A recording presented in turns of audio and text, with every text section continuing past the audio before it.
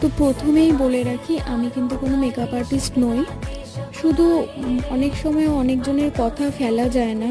তো আমাকে অনেক আগে থেকেই বলেছিল, তুমি নিজে যেভাবে মেকআপ করো সেইভাবেই ওকে করে দিও, আর আলাদা করে কিছু করতে হবে না। তো আমার নিজের কাছে বাড়িতে যা মেকআপ ছিল সেগুলো দিয়ে আমি ওকে করে দিয়েছি। এর আগে আমি কোনোদিন আজ পর্যন্ত কারোর ওপর হ্যান্ডস অন মেকআপ করিনি। আমি নিজেই যা যতটুকু যা পারি নিজের উপরেই অ্যাপ্লাই করি। তো ফার্স্টে ময়েশ্চারাইজার দিয়ে তার উপর স্কিন কালার অনুযায়ী আমি স্কিন কারেক্টার দিয়েছিলাম, প্লাস ফাউন্ডেশন, কনসিলার আর একটু ফেস পাউডার দিয়েছিলাম। তারপর ওর শাড়ির কালার অনুযায়ী আমি একটু আই শ্যাডো অ্যাপ্লাই করেছি।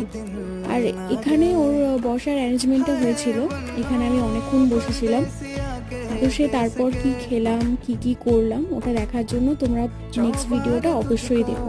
সবাই ভালো থেকো, সুস্থ থেকো, টাটা।